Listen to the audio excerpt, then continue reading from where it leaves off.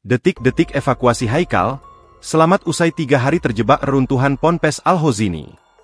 16 tahun, apa yang luka? Ya? Nggak ada ya, cuma perut kecepet ya? Di sebelah kiri, Jus. Ya. Haikal? Kamu yang sakit apa, nak? Semuanya sakit. Oke, semangat ya. Sabar. Haikal, salah satu santri korban runtuhnya bangunan di kompleks pondok pesantren, Ponpes Al-Hozini, Buduran, Sidoarjo, Jawa Timur, akhirnya berhasil dievakuasi pada Rabu, 1 Oktober 2025, siang.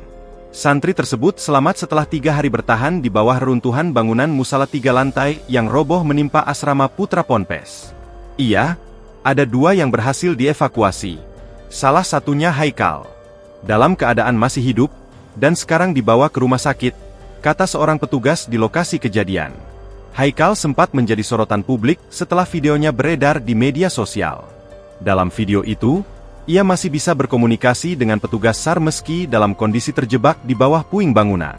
Selain Haikal, tim penyelamat juga mengevakuasi 1 korban lain hampir bersamaan.